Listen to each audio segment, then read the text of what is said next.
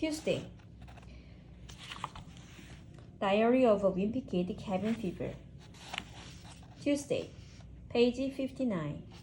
Today I was playing net creatures in my room, and Mom walked in. She watched for a while, then asked what I was doing in the game.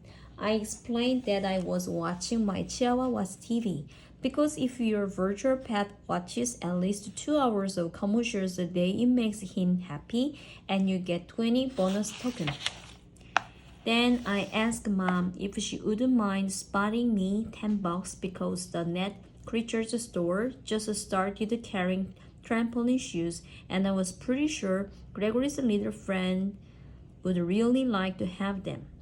But I guess I picked the wrong time to ask Mom for a loan because it seemed like she was in a bad mood. She said I didn't have any appreciation for the value of money, and that if I wanted to pay for my Net Creatures habit, it was gonna have to come out of my own pocket. I told Mom I didn't have any money of my own, and that's why I kept hitting up her and Dad. But she said there were plenty of things I could do to earn some. She said it's supposed to snow tonight, and I could go out and shovel our neighbor's driveway tomorrow. I really don't feel comfortable knocking on doors and asking our neighbors for money. My school has 3 fundraisers a year, and I have to go from house to house begging people I hardly know to buy something from me. And half of the time, I don't even really know what it is really I'm selling. I wish the school would give us something useful to sell, like candy bars or cookies. The Girl Scouts are lucky because at least they get off the sell stuff people actually want.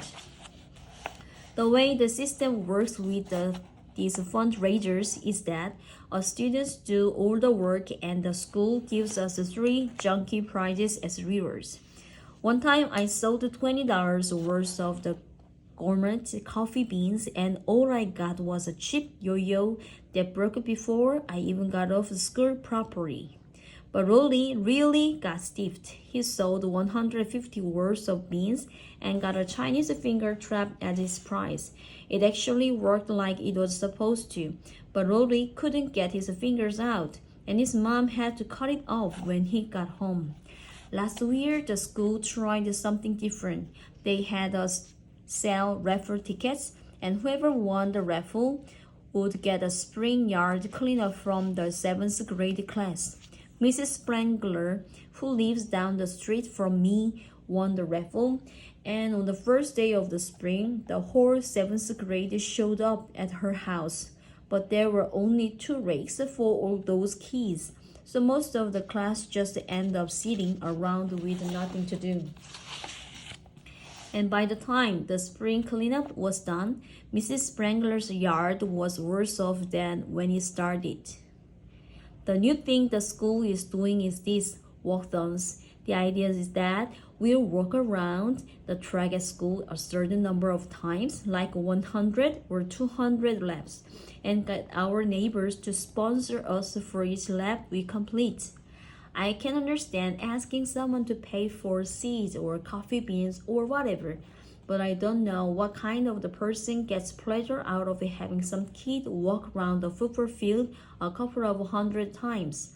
The reason the school put the walkathon in September was so they could pay for a billboard near the town park.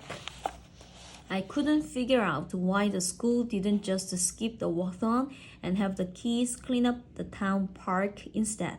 But I guess if the 7th grade was involved, they might have completely trashed it.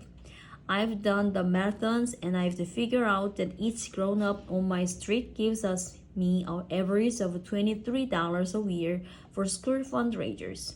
So I should just invite all the neighbors to my house once a year and tell them to bring me the $23 in cash, because it sure would save everyone a lot of pain and anguish.